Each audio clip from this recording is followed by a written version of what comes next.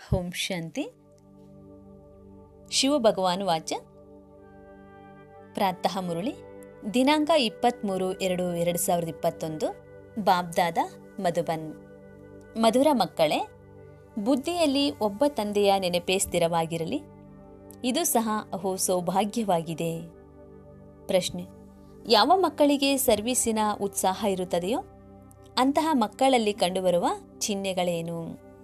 ಉತ್ತರ: ಅವರ ಬಾಯಿಂದ ಜ್ಞಾನವನ್ನು ತಿಳಿಸದೇ ಇರಲು ಸಾಧ್ಯವಿಲ್ಲ.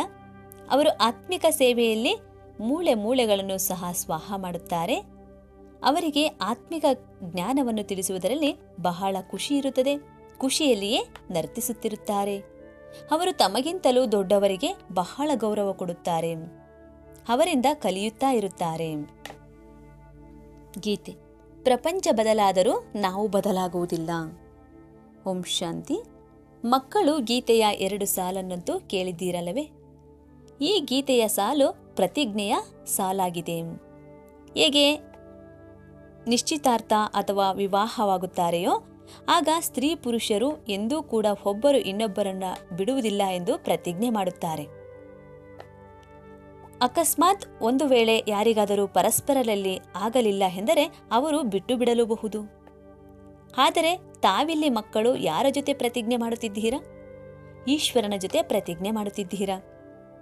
ಅಂದಾಗ ಅವರ ಜೊತೆ ನೀವು ಮಕ್ಕಳ ಅಥವಾ ಪ್ರಿಯತಮೆಯರ ನಿಶ್ಚಿತಾರ್ಥ ಆಗಿದೆ. ಆದರೆ ಯಾರು ಇಂತಹ ವಿಶ್ವದ ಮಾಲೀಕರನ್ನಾಗಿ ಮಾಡುತ್ತಾರೆಯೋ ಅಂತಹ ತಂದೆಯನ್ನು ಸಹ ಬಿಟ್ಟು ಬಿಡುತ್ತಾರೆ. ಇಲ್ಲಿ ತಾವು ಮಕ್ಕಳು ಕುಳಿತಿದ್ದೀರಾ ಮಧುವನದಲ್ಲಿ. ತಮಗೀಗ ತಿಳಿದಿದೆ, ಈಗ ಬೇಹದ್ದಿನ ಬಾಬ್ದಾದರವರು ಬಂದರು ಎಂದರೆ ಬಂದರು.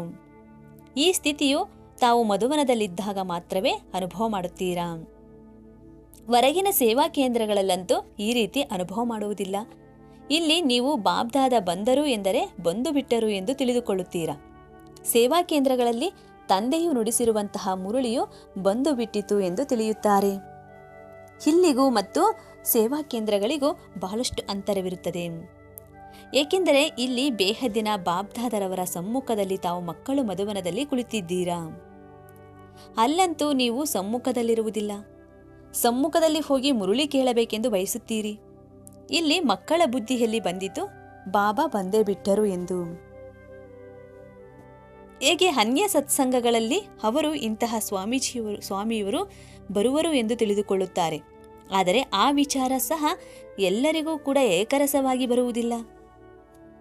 ಕೆಲವರ ಬುದ್ಧಿಯಂತೂ ಬೇರೆ ಕಡೆ ಅಲೆದಾಡುತ್ತಿರುತ್ತದೆ. ಕೆಲವರಿಗೆ ಪತಿಯ ನೆನಪು ಬರುತ್ತದೆ, ಕೆಲವರಿಗೆ ಸಂಬಂಧಿಗಳ ನೆನಪು ಬರುತ್ತಿರುತ್ತದೆ. ಬುದ್ಧಿಯೋಗವು ಒಬ್ಬ ಗುರುವಿನ ಕಡೆ ನಿಲ್ಲುವುದೇ ಇಲ್ಲ. ಆ ಸ್ವಾಮಿಯ ನೆನಪಿನಲ್ಲಿ ಕುಳಿತುಕೊಳ್ಳುವವರು ಬಹಳ ವಿರಳವಾಗಿರುತ್ತಾರೆ. ಇಲ್ಲಿಯೂ ಹಾಗೆಯೇ ಎಲ್ಲರೂ ಶಿವ ತಂದೆಯ ನೆನಪಿನಲ್ಲಿ ಇರುತ್ತಾರೆಂದಲ್ಲ. ಬುದ್ಧಿಯು ಒಂದಲ್ಲ ಒಂದು ಕಡೆ ಓಡುತ್ತಿರುತ್ತದೆ. ಮಿತ್ರ ಸಂಬಂಧಿ ಮೊದಲಾದವರ ನೆನಪು ಬರುತ್ತದೆ. ಇಡೀ ಸಮಯ ಒಬ್ಬ ಶಿವತಂದೆಯ ನೆನಪಿನಲ್ಲಿದ್ದರೆ ಅಹೋ ಸೌಭಾಗ್ಯವಾಗಿದೆ. ಸ್ಥಿರವಾದ ನೆನಪಿನಲ್ಲಿ ಇರುವವರು ಕೆಲವರೇ ವಿರಳ. ಇಲ್ಲಿ ತಂದೆಯ ಸಮ್ಮುಖದಲ್ಲಿದ್ದಾಗ ಬಹಳ ಖುಷಿ ಇರಬೇಕು.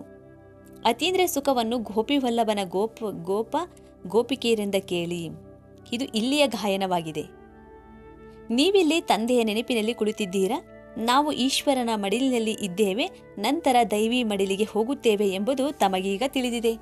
ಬಲೆ ಕೆಲವರ ಬುದ್ಧಿಯಲ್ಲಿ ಈ ಚಿತ್ರದಲ್ಲಿ ಇದನ್ನು ಸರಿಪಡಿಸಬೇಕು. ಇದನ್ನೇ ಬರೆಯಬೇಕೆಂದು ಸರ್ವೀಸಿನ ವಿಚಾರಗಳು ನಡೆಯುತ್ತವೆ. ಆದರೆ ಯಾರು ಒಳ್ಳೆಯ ಮಕ್ಕಳಾಗಿರುತ್ತಾರೋ ಅವರು ಈಗಂತೂ ನಾವು ಕೇವಲ ತಂದೆಯಿಂದನೇ ಕೇಳಬೇಕಾಗಿದೆ ಎಂದು ತಿಳಿಯುತ್ತಾರೆ. ಮತ್ಯಾವುದೇ ಸಂಕಲ್ಪ ಅವರಿಗೆ ಬರಲು ಅವಕಾಶ ಕೊಡುವುದಿಲ್ಲ. ತಂದೆಯು ಜ್ಞಾನ ರತ್ನಗಳಿಂದ ಜೋಳಿಗೆಯನ್ನು ತುಂಬಿಸಲು ಬಂದಿದ್ದಾರೆ ಅಂದ ಮೇಲೆ ಆ ತಂದೆಯೊಂದಿಗೆ ಬುದ್ಧಿಯೋಗವನ್ನು ಜೋಡಿಸಬೇಕಾಗಿದೆ. ನಂಬರ್ ವಾರ್ ಧಾರಣೆ ಮಾಡುವವರಂತೂ ಇದ್ದೇ ಇರುತ್ತಾರೆ. ಕೆಲವರು ಕೇಳಿ ಚೆನ್ನಾಗಿ ಧಾರಣೆ ಮಾಡುತ್ತಾರೆ, ಕೆಲವರು ಕಡಿಮೆ ಧಾರಣೆ ಮಾಡುತ್ತಾರೆ. ಬುದ್ಧಿಯೋಗವು ಬೇರೆ ಕಡೆ ಓಡುತ್ತಿದ್ದರೆ ಅವರಿಗೆ ಧಾರಣೆ ಆಗುವುದಿಲ್ಲ, ಕಚ್ಚಾ ಆಗಿಬಿಡುತ್ತಾರೆ. ಒಂದೆರಡು ಬಾರಿ ಮುರುಳಿಯನ್ನು ಕೇಳಿದ್ದೀರಿ, ಧಾರಣೆ ಆಗಲಿಲ್ಲ ಎಂದರೆ ಅದೇ ಹವ್ಯಾಸವು ಪಕ್ಕಾ ಆಗುತ್ತಾ ಹೋಗುವುದು. ಮತ್ತೆ ಎಷ್ಟಾದರೂ ಮುರುಳಿಯನ್ನು ಕೇಳುತ್ತಿರಲಿ, ಆದರೆ ಧಾರಣೆ ಆಗುವುದಿಲ್ಲ. ಯಾರಿಗೂ ತಿಳಿಸುವುದಕ್ಕೂ ಸಾಧ್ಯ ಇಲ್ಲ. ಯಾರಿಗೆ ಧಾರಣೆ ಇರುತ್ತದೆಯೋ ಅವರಿಗೆ ಸರ್ವೀಸಿನ ಆಸಕ್ತಿ ಇರುವುದು. ಅವರು ಸರ್ವೀಸಿಗಾಗಿ ತಯಾರಿರುತ್ತಾರೆ. ಹೋಗಿ ಜ್ಞಾನವನ್ನು ದಾನ ಮಾಡಬೇಕು ಎಂದು ಆಲೋಚಿಸುತ್ತಾರೆ. ಏಕೆಂದರೆ ಈ ಜ್ಞಾನಧನವು ಒಬ್ಬ ತಂದೆಯ ವಿನಃ ಮತ್ಯಾರ ಬಳಿಯೂ ಇಲ್ಲ. ತಂದೆಯು ಇದನ್ನು ಸಹ ತಿಳಿದುಕೊಂಡಿದ್ದಾರೆ. ಎಲ್ಲರಿಗೂ ಇದು ಜ್ಞಾನ ಧಾರಣೆಯಾಗಲು ಸಾಧ್ಯ ಇಲ್ಲ ಎಂದು. ಎಲ್ಲರೂ ಒಂದೇ ಸಮಾನವಾಗಿ ಶ್ರೇಷ್ಠ ಪದವಿಯನ್ನು ಪಡೆಯಲು ಸಾಧ್ಯವಿಲ್ಲ. ಆದ್ದರಿಂದ ಬುದ್ಧಿಯು ಬೇರೆ ಕಡೆ ಅಲೆದಾಡುತ್ತಿರುತ್ತದೆ. ಭವಿಷ್ಯದ ಅದೃಷ್ಟವು ಅಷ್ಟು ಶ್ರೇಷ್ಠವಾಗಿ ರೂಪುಗೊಳ್ಳುವುದಿಲ್ಲ. ಇನ್ನು ಕೆಲವರು ಸ್ಥೂಲ ಸರ್ವೀಸಿನಲ್ಲಿ ತಮ್ಮ ಮೂಳೆಯನ್ನು ಉಪಯೋಗಿಸುತ್ತಾರೆ. ಎಲ್ಲರನ್ನೂ ಖುಷಿಪಡಿಸುತ್ತಾರೆ. ಹೇಗೆ ಭೋಜನವನ್ನು ತಯಾರಿಸಿ ತಿನ್ನಿಸುತ್ತಾರೆ. ಇದು ಸಹ ಸಬ್ಜೆಕ್ಟ್ ಅಲ್ಲವೇ? ಯಾರಿಗೆ ಸರ್ವೀಸಿನ ಉತ್ಸಾಹ ಇರುತ್ತದೆಯೋ ಅವರು ಮುಖದಿಂದ ಜ್ಞಾನವನ್ನು ಹೇಳದೇ ಇರುವುದಿಲ್ಲ. ಮತ್ತೆ ತಂದೆಯು ನೋಡುತ್ತಾರೆ, ದೇಹದ ಅಭಿಮಾನವಂತೂ ಇಲ್ಲವೇ? ಹಿರಿಯರಿಗೆ ಗೌರವ ಕೊಡುತ್ತಾರೆಯೇ ಅಥವಾ ಇಲ್ಲವೇ? ದೊಡ್ಡ ದೊಡ್ಡ ಮಹಾರಥಿಗಳಿಗೆ ಗೌರವವನ್ನು ಕೊಡಬೇಕಾಗಿದೆ. ಕೆಲವರಂತೂ ಚಿಕ್ಕವರು ಸಹ ಬುದ್ಧಿವಂತರಾಗಿ ಬಿಡುತ್ತಾರೆ. ಅಂದರೆ ಅವರಿಗೆ ದೊಡ್ಡವರು ಗೌರವ ಕೊಡಬೇಕಾಗುತ್ತದೆ. ಏಕೆಂದರೆ ಅವರ ಬುದ್ಧಿಯು ಗ್ಯಾಲಪ್ ಮಾಡುತ್ತದೆ. ಸರ್ವೀಸಿನ ಉತ್ಸಾಹವನ್ನು ನೋಡಿ ಇವರು ಚೆನ್ನಾಗಿ ಸರ್ವೀಸ್ ಮಾಡುತ್ತಾರೆ ಎಂದು ತಂದೆಯು ಖುಷಿಯಾಗುವರು. ಇಡೀ ದಿನ ಚಿತ್ರ ಪ್ರದರ್ಶನದಲ್ಲಿ ತಿಳಿಸುವ ಅಭ್ಯಾಸ ಮಾಡಬೇಕು. ಇದರಿಂದ ಅನೇಕ ಪ್ರಜೆಗಳಂತೂ ಆಗುತ್ತಾರಲ್ಲವೇ? ಮತ್ಯಾವುದೇ ಉಪಾಯವಿಲ್ಲ. ಸೂರ್ಯವಂಶಿ, ಚಂದ್ರವಂಶಿ, ರಾಜಾರಾಣಿ, ಪ್ರಜೆ ಎಲ್ಲರೂ ಇಲ್ಲಿಯೇ ಆಗುತ್ತಾರೆ. ಅಂದ ಮೇಲೆ ಎಷ್ಟೊಂದು ಸರ್ವೀಸ್ ಮಾಡಬೇಕು? ಮಕ್ಕಳ ಬುದ್ಧಿಯಲ್ಲಿ ಇದಂತೂ ಇದೆ. ನಾವೀಗ ಬ್ರಾಹ್ಮಣರಾಗಿದ್ದೇವೆ. ಗೃಹಸ್ಥದಲ್ಲಿರುವುದರಿಂದ ಪ್ರತಿಯೊಬ್ಬರ ಸ್ಥಿತಿಯೂ ಬೇರೆ ಬೇರೆಯೇ ಆಗಿರುತ್ತದೆ ಅಲ್ಲವೇ? ಮನೆ ಮಠವನ್ನಂತೂ ಬಿಡುವಂತಿಲ್ಲ. ತಂದೆಯು ತಿಳಿಸುತ್ತಾರೆ, ಬಲೆ ಮನೆಯಲ್ಲಿಯೇ ಇರಿ, ಆದರೆ ಬುದ್ಧಿಯಲ್ಲಿ ಈ ನಿಶ್ಚಯವಿರಲಿ, ಈ ಹಳೆಯ ಜಗತ್ತು ಈಗ ಸಮಾಪ್ತಿ ಆಗಿಯೇ ಬಿಟ್ಟಿದೆ ಎಂದು. ಈಗ ತಂದೆಯೊಂದಿಗೆ ತಮ್ಮ ಕೆಲಸವಿದೆ. ಇದನ್ನು ತಿಳಿದುಕೊಂಡಿದ್ದೀರಾ? ಯಾರು ಕಲ್ಪದ ಹಿಂದೆ ಜ್ಞಾನವನ್ನು ತೆಗೆದುಕೊಂಡಿದ್ದಾರೋ ಅವರು ಮಾತ್ರವೇ ಪಡೆದುಕೊಳ್ಳುತ್ತಾರೆ. ಕ್ಷಣ ಪ್ರತಿ ಕ್ಷಣವೂ ಚಾಚು ತಪ್ಪದೆ ಪುನರಾವರ್ತನೆ ಆಗುತ್ತದೆ. ಆತ್ಮದಲ್ಲಿ ಜ್ಞಾನ ಇರುತ್ತದೆ ಅಲ್ಲವೇ? ತಂದೆಯ ಬಳಿಯಂತೂ ಜ್ಞಾನವಿರುತ್ತದೆ. ತಾವೀಗ ಮಕ್ಕಳು ಸಹ ತಂದೆಯ ತರಹ ಆಗಬೇಕಾಗಿದೆ. ಜ್ಞಾನದ ಬಿಂದುಗಳನ್ನು ಧಾರಣೆ ಮಾಡಬೇಕಾಗಿದೆ. ಎಲ್ಲ ಜ್ಞಾನ ಬಿಂದುಗಳನ್ನು ಒಂದೇ ಸಮಯದಲ್ಲಿ ತಿಳಿಸಲು ಸಾಧ್ಯವಿಲ್ಲ. ವಿನಾಶವು ಸಮ್ಮುಖದಲ್ಲಿ ನಿಂತಿದೆ. ಇದು ಅದೇ ವಿನಾಶವಾಗಿದೆ. ಸತ್ಯಯುಗ ತ್ರೇತಾಯುಗದಲ್ಲಿ ಯಾವುದೇ ಯುದ್ಧವೂ ನಡೆಯುವುದಿಲ್ಲ. ಯುದ್ಧವಂತೂ ನಂತರದಲ್ಲಿ ಯಾವಾಗ ಬಹಳ ಧರ್ಮಗಳಾಗುತ್ತವೆಯೋ, ಸೈನ್ಯಗಳೆಲ್ಲವೂ ಬರುತ್ತವೆಯೋ ಆಗ ಯುದ್ಧಗಳಾಗುತ್ತವೆ. ಮೊಟ್ಟಮೊದಲು ಆತ್ಮರು ಸತೋಪ್ರಧಾನರಿಂದ ಕೆಳಗಿಳಿಯುತ್ತಾ ಬರುತ್ತಾರೆ. ನಂತರ ಸತೋ ರಜೋ ತಮೋ ಸ್ಥಿತಿ ತಲುಪಿಬಿಡುತ್ತಾರೆ. ಅಂದಾಗ ಇದೆಲ್ಲವನ್ನು ಸಹ ಬುದ್ಧಿಯಲ್ಲಿಟ್ಟುಕೊಳ್ಳಬೇಕಾಗಿದೆ. ಹೇಗೆ ರಾಜಧಾನಿಯು ಸ್ಥಾಪನೆ ಆಗುತ್ತಿದೆ, ಇಲ್ಲಿ ಕುಳಿತಿದ್ದೀರಾ ಅಂದ ಮೇಲೆ ಬುದ್ಧಿಯಲ್ಲಿ ಇರಲಿ, ಶಿವ ತಂದೆಯು ಬಂದು ನಮಗೆ ಖಜಾನೆಯನ್ನು ಕೊಡುತ್ತಿದ್ದಾರೆ ಎಂದು. ಅದನ್ನು ಬುದ್ಧಿಯಲ್ಲಿ ಧಾರಣೆ ಮಾಡಿಕೊಳ್ಳಬೇಕಾಗಿದೆ. ಒಳ್ಳೊಳ್ಳೆಯ ಮಕ್ಕಳು ಜ್ಞಾನದ ಬಿಂದುಗಳನ್ನು ಬರೆದಿಟ್ಟುಕೊಳ್ಳುತ್ತಿರುತ್ತಾರೆ. ಬರೆದಿಟ್ಟುಕೊಳ್ಳುವುದು ಒಳ್ಳೆಯ ಹವ್ಯಾಸವಾಗಿದೆ. ಇದರಿಂದ ಬುದ್ಧಿಯಲ್ಲಿ ಒಳ್ಳೊಳ್ಳೆಯ ವಿಷಯಗಳು ನೆನಪಿಗೆ ಬರುತ್ತವೆ. ಇಂದು ಈ ವಿಷಯದ ಮೇಲೆ ತಿಳಿಸಬೇಕು ಎಂದು ಬರೆಯುತ್ತಿರುತ್ತಾರೆ. ತಂದೆಯು ತಿಳಿಸುತ್ತಾರೆ, ನಾನು ನಿಮಗೆ ಎಷ್ಟೊಂದು ಜ್ಞಾನದ ಖಜಾನೆಯನ್ನು ಕೊಟ್ಟಿದ್ದೇನು. ಸತ್ಯಯುಗ ತ್ರೇತಾಯುಗದಲ್ಲಿ ನಿಮ್ಮ ಬಳಿ ಅಪಾರ ಧನವಿತ್ತು. ನಂತರ ವಾಮಮಾರ್ಗದಲ್ಲಿ ಹೋಗುವ ಕಾರಣ ಅದು ಕಡಿಮೆ ಆಗುತ್ತಾ ಹೋಯಿತು. ಖುಷಿಯೂ ಕಡಿಮೆ ಆಗುತ್ತಾ ಹೋಯಿತು. ಅಲ್ಲಿಂದ ಯಾವುದಾದರೊಂದು ವಿಕರ್ಮ ಆಗತೊಡಗುತ್ತದೆ. ದ್ವಾಪರಯುಗದಿಂದ ವಿಕರ್ಮಗಳನ್ನು ಮಾಡುತ್ತಾ ಇಳಿಯುತ್ತಾ ಕಲೆಗಳು ಕಡಿಮೆ ಆಗುತ್ತಾ ಹೋಗಿವೆ. ಸತೋಪ್ರಧಾನ, ಸತೋ ರಜೋ ತಮೋಪ್ರಧಾನ ಸ್ಥಿತಿ ಬಂದಿದೆ. ಸತೋದಿಂದ ರಜೋದಲ್ಲಿ ಕೂಡಲೇ ಬಂದು ಬಿಡುವುದಿಲ್ಲ. ನಿಧಾನವಾಗಿ ಕೆಳಗಿಳಿಯುತ್ತೀರಾ. ತಮೋಪ್ರಧಾನದಲ್ಲಿಯೂ ಕೂಡ ನಿಧಾನವಾಗಿ ಏಣಿಯನ್ನು ಕೆಳಗಿಳಿಯುತ್ತಾ ಬಂದಿದ್ದೀರಾ. ಕಲೆಗಳು ಕಡಿಮೆ ಆಗತೊಡಗುತ್ತವೆ. ದಿನಪ್ರತಿದಿನ ಕಡಿಮೆ ಆಗುತ್ತಾ ಹೋಗುತ್ತದೆ. ಈಗ ಐಜಂಪ್ ಮಾಡಬೇಕಾಗಿದೆ. ತಮೋಪ್ರಧಾನರಿಂದ ಸತೋಪ್ರಧಾನರಾಗಬೇಕಾಗಿದೆ. ಇದಕ್ಕೆ ಸಮಯವೂ ಸಹ ಬೇಕು. ಏರಿದರೆ ವೈಕುಂಠರಸ, ಬಿದ್ದರೆ ಪುಡಿ ಎಂದು ಗಾಯನವಿದೆ. ಕಾಮದ ಪೆಟ್ಟು ಬಿದ್ದರೆ ಒಮ್ಮೆಲೆ ಪುಡಿ ಆಗಿಬಿಡುತ್ತಾರೆ. ಮೂಳೆಗಳು ಸಹ ಪುಡಿ ಆಗುತ್ತವೆ. ಕೆಲವರು ತಮ್ಮದೇ ಜೀವಾಘಾತ ಮಾಡಿಕೊಳ್ಳುತ್ತಾರೆ. ಇದು ಆತ್ಮಘಾತವಲ್ಲ, ಜೀವಾಘಾತವೆಂದು ಹೇಳಲಾಗುತ್ತದೆ. ಇಲ್ಲಂತೂ ತಂದೆಯಿಂದ ಆಸ್ತಿಯನ್ನು ಪಡೆಯಬೇಕಾಗಿದೆ. ತಂದೆಯನ್ನು ನೆನಪು ಮಾಡಬೇಕಾಗಿದೆ. ಏಕೆಂದರೆ ತಂದೆಯಿಂದ ರಾಜ್ಯವಾಗ್ಯವೂ ಸಿಗುತ್ತಿದೆ. ತಮ್ಮೊಂದಿಗೆ ತಾವು ಕೇಳಿಕೊಳ್ಳಿ, ನಾವು ತಂದೆಯನ್ನು ನೆನಪು ಮಾಡಿ ಭವಿಷ್ಯಕ್ಕಾಗಿ ಎಷ್ಟು ಸಂಪಾದನೆ ಮಾಡಿಕೊಂಡೆವು ಎಂದು ಕೇಳಿಕೊಳ್ಳಿ. ಎಷ್ಟು ಮಂದಿ ಅಂಧರಿಗೆ ಊರುಗೋಲಾದೆವು? ಮನೆಯಲ್ಲಿ ಸಂದೇಶವನ್ನು ತಲುಪಿಸಬೇಕಾಗಿದೆ. ಈ ಹಳೆಯ ಪ್ರಪಂಚ ಈಗ ಬದಲಾಗುತ್ತಿದೆ ಎಂಬ ಸಂದೇಶ ಎಲ್ಲರಿಗೂ ತಲುಪಿಸಬೇಕು. ತಂದೆಯು ಹೊಸ ಜಗತ್ತಿಗಾಗಿ ರಾಜಯೋಗವನ್ನು ಕಲಿಸುತ್ತಿದ್ದಾರೆ. ಏಣಿ ಚಿತ್ರದಲ್ಲಿ ಎಲ್ಲವನ್ನೂ ತೋರಿಸಲಾಗಿದೆ. ಈ ಚಿತ್ರಗಳನ್ನು ಮಾಡಿಸುವುದರಲ್ಲಿ ಪರಿಶ್ರಮವಾಗುತ್ತದೆ. ಈ ರೀತಿ ಸಹಜವಾಗಿ ಮಾಡಿಸಿದರೆ ಅನ್ಯರಿಗೆ ಸಹಜವಾಗಿ ಅರ್ಥವಾಗುವುದೇ ಎಂದು ಇಡೀ ದಿನ ವಿಚಾರವೂ ನಡೆಯುತ್ತಿರುತ್ತದೆ. ಇಡೀ ಪ್ರಪಂಚದವರು ಅಂತೂ ಬರುವುದಿಲ್ಲ. ಪ್ರಪಂಚದಲ್ಲಿರುವವರು ಎಲ್ಲರೂ ಸಹ ಸ್ವರ್ಗದಲ್ಲಿ ಬರುವುದಿಲ್ಲ. ದೇವಿ ದೇವತಾ ಧರ್ಮಕ್ಕೆ ಸಂಬಂಧಪಟ್ಟವರು ಮಾತ್ರವೇ ಬರುತ್ತಾರೆ. ನಿಮ್ಮ ಸೇವೆಯಂತೂ ಬಹಳ ನಡೆಯಲಿದೆ. ನಿಮ್ಮ ಈ ತರಗತಿಯು ಎಲ್ಲಿಯವರೆಗೆ ನಡೆಯುವುದು ಎಂದು ನೀವಂತೂ ತಿಳಿದುಕೊಂಡಿದ್ದೀರಿ. ಮನುಷ್ಯರಂತೂ ಕಲ್ಪದ ಆಯುಷ್ಯನ್ನು ಲಕ್ಷಾಂತರ ವರ್ಷಗಳೆಂದು ತಿಳಿಯುತ್ತಾರೆ. ಆದ್ದರಿಂದ ಶಾಸ್ತ್ರ ಮೊದಲಾದವುಗಳನ್ನು ತಿಳಿಸುತ್ತಲೇ ಇರುತ್ತಾರೆ. ಯಾವಾಗ ಅಂತ್ಯ ಆಗುವುದೋ ಆಗ ಎಲ್ಲರ ಸದ್ಗತಿದಾತನು ಬರುವರು ಮತ್ತು ಯಾರು ತಮ್ಮ ಶಿಷ್ಯರಾಗಿದ್ದಾರೆಯೋ ಅವರದು ಸಹ ಮುಕ್ತಿಯಾಗುವುದು. ನಾವು ಸಹ ಹೋಗಿ ಜ್ಯೋತಿಯಲ್ಲಿ ಸಮಾವೇಶ ಆಗುತ್ತೇವೆ ಎಂದು ತಿಳಿದುಕೊಳ್ಳುತ್ತಾರೆ. ಆದರೆ ಈ ರೀತಿ ಅಂತೂ ಆಗಲು ಸಾಧ್ಯವೇ ಇಲ್ಲ. ನೀವೀಗ ತಿಳಿದುಕೊಂಡಿದ್ದೀರಾ? ನಾವು ಅಮರ ತಂದೆಯ ಮೂಲಕ ಸತ್ಯವಾದಂತಹ ಅಮರ ಕಥೆಯನ್ನ ಕೇಳುತ್ತಿದ್ದೇವೆ. ಅಂದ ಮೇಲೆ ಅಮರ ತಂದೆಯು ಏನನ್ನ ಹೇಳುತ್ತಾರೆಯೋ ಅದನ್ನೇ ಪರಿಪಾಲಿಸಬೇಕಾಗುತ್ತದೆ. ತಂದೆಯು ಕೇವಲ ಇದನ್ನೇ ತಿಳಿಸುತ್ತಾರೆ, ಮಕ್ಕಳೇ, ನನ್ನನ್ನು ನೆನಪು ಮಾಡಿ ಪವಿತ್ರರಾಗಿ, ಇಲ್ಲದಿದ್ದರೆ ಶಿಕ್ಷೆಯನ್ನು ಅನುಭವಿಸಬೇಕಾಗುವುದು, ಕಡಿಮೆ ಪದವಿ ಪ್ರಾಪ್ತಿಯಾಗುವುದು, ಸರ್ವಿಸ್ನಲ್ಲಿ ಪರಿಶ್ರಮ ಪಡಬೇಕಾಗಿದೆ. ಹೇಗೆ ದದೀಚಿ ಋಷಿಯ ದೃಷ್ಟಾಂತವಿದೆಯಲ್ಲವೇ? ಋಷಿಯು ತಮ್ಮ ಮೂಳೆಗಳನ್ನು ಸರ್ವೀಸಿಗಾಗಿ ಕೊಟ್ಟುಬಿಟ್ಟರು. ತನ್ನ ಶರೀರದ ಬಗ್ಗೆಯೂ ಅವರು ಆಲೋಚಿಸದೆ ಇಡೀ ದಿನ ಸರ್ವೀಸಿನಲ್ಲಿ ಇರುವುದಕ್ಕೆ ಸರ್ವೀಸಿನಲ್ಲಿ ಮೂಳೆಗಳನ್ನು ಸ್ವಾಹ ಮಾಡುವುದೆಂದು ಹೇಳಲಾಗುತ್ತದೆ. ಒಂದು ಸ್ಥೂಲ ಸೇವೆ, ಇನ್ನೊಂದು ಆತ್ಮಿಕ ಸೇವೆಯಾಗಿದೆ. ಆತ್ಮಿಕ ಸೇವೆ ಮಾಡುವವರು ಆತ್ಮಿಕ ಜ್ಞಾನವನ್ನೇ ತಿಳಿಸುತ್ತಿರುತ್ತಾರೆ. ಜ್ಞಾನಧನದ ದಾನ ಮಾಡುತ್ತಾ ಖುಷಿಯಲ್ಲಿ ನರ್ತಿಸುತ್ತಿರುತ್ತಾರೆ. ಪ್ರಪಂಚದಲ್ಲಿ ಮನುಷ್ಯರು ಯಾವ ಸರ್ವಿಸ್ ಮಾಡುತ್ತಾರೆಯೋ ಅದೆಲ್ಲವೂ ಸ್ಥೂಲ ಸರ್ವಿಸ್ ಆಗಿದೆ. ಶಾಸ್ತ್ರಗಳನ್ನು ತಿಳಿಸುತ್ತಾರೆ. ಅದೇನು ಆತ್ಮಿಕ ಸೇವೆ ಅಲ್ಲ. ಆತ್ಮಿಕ ಸೇವೆಯನ್ನು ಕೇವಲ ತಂದೆಯೇ ಬಂದು ನಮಗೆ ಕಲಿಸಿಕೊಡುತ್ತಾರೆ. ಆತ್ಮಿಕ ತಂದೆಯೇ ಬಂದು ಆತ್ಮಿಕ ಮಕ್ಕಳಿಗೆ ಓದಿಸುತ್ತಾರೆ. ತಾವೀಗ ಮಕ್ಕಳು ಸತ್ಯುಗಿ ಪ್ರಪಂಚಕ್ಕೆ ಹೋಗುವುದಕ್ಕಾಗಿ ತಯಾರಾಗುತ್ತಿದ್ದೀರಿ. ಅಲ್ಲಿ ನಿಮ್ಮಿಂದ ಯಾವುದೇ ವಿಕರ್ಮಗಳಾಗುವುದಿಲ್ಲ. ಅದು ರಾಮರಾಜ್ಯವಾಗಿದೆ. ಅಲ್ಲಿ ಕೆಲವರು ಮಾತ್ರವೇ ಇರುತ್ತಾರೆ. ಈಗಂತೂ ರಾವಣನ ರಾಜ್ಯದಲ್ಲಿ ಎಲ್ಲರೂ ಮಹಾ ದುಃಖಿಯಾಗಿದ್ದಾರಲ್ಲವೇ? ನಂಬರ್ 1 ಪುರುಷಾರ್ಥದನುಸಾರವಾಗಿ ಪೂರ್ಣ ಜ್ಞಾನವು ತಮಗೆ ಬುದ್ಧಿಯಲ್ಲಿದೆ. ಈ ಏಣಿ ಚಿತ್ರದಲ್ಲಿಯೇ ಪೂರ್ಣ ಜ್ಞಾನ ಬಂದುಬಿಡುತ್ತದೆ. ತಂದೆಯು ತಿಳಿಸುತ್ತಾರೆ, ಈ ಅಂತಿಮ ಜನ್ಮದಲ್ಲಿ ಪವಿತ್ರರಾಗಿ ಇದರಿಂದ ಪವಿತ್ರವಾದಂತಹ ಜಗತ್ತಿಗೆ ಮಾಲೀಕರಾಗುತ್ತೀರಾ. ನೀವು ಇದೇ ರೀತಿ ತಿಳಿಸಬೇಕು. ಯಾವುದರಿಂದ ಮನುಷ್ಯರಿಗೆ ಅರ್ಥವಾಗಬೇಕೋ ಆ ಅರ್ಥವಾಗುವಂತೆ ಸಹಜ ರೂಪದಲ್ಲಿ ತಿಳಿಸಿ. ನಾವು ಸತೋಪ್ರಧಾನರಾಗಿದ್ದಂತಹವರು ಈಗ ತಮೋಪ್ರಧಾನರಾಗಿದ್ದೇವೆ.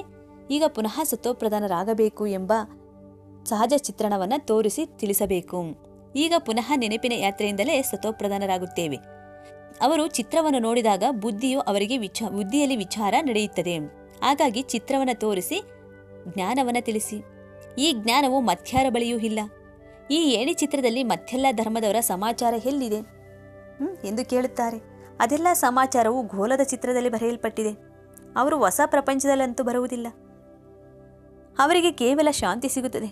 ಭಾರತವಾಸಿಗಳೇ ಸ್ವರ್ಗದಲ್ಲಿ ಇದ್ದರಲ್ಲವೇ? ತಂದೆಯೂ ಸಹ ಭಾರತದಲ್ಲಿ ಬಂದು ರಾಜಯೋಗವನ್ನು ಕಲಿಸುತ್ತಾರೆ. ಆದ್ದರಿಂದ ಭಾರತದ ಪ್ರಾಚೀನ ರಾಜಯೋಗವನ್ನು ಎಲ್ಲರೂ ಇಷ್ಟಪಡುತ್ತಾರೆ. ಈ ಚಿತ್ರಗಳಿಂದ ಅವರಿಗೆ ತಾನಾಗಿಯೇ ಅರ್ಥವಾಗುತ್ತದೆ. ಅವಶ್ಯವಾಗಿ ಹೊಸ ಪ್ರಪಂಚದಲ್ಲಿ ಕೇವಲ ಭಾರತವೇ ಇತ್ತು ಮತ್ತು ತಮ್ಮ ಧರ್ಮದ ಬಗ್ಗೆ ತಿಳಿದುಕೊಳ್ಳುತ್ತಾರೆ. ಬಲೆ ಕ್ರೈಸ್ತನು ಧರ್ಮಸ್ಥಾಪನೆ ಮಾಡಲು ಬಂದರು.